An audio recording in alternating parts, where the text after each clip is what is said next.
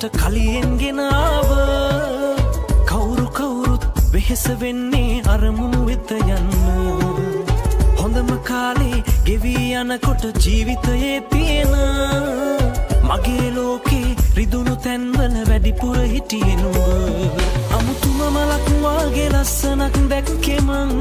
ඔබ ගාවයි ඒ සුන්දරත්වයට පැල්ලමක් එකතු වෙයි හරි ලෝබයි ඔය අත් දෙකෙන් දුන්න ආදරේ රහට නම් තව ආසයි හිත නිස්කලංකවම පැත්තකට වෙන්න දැන්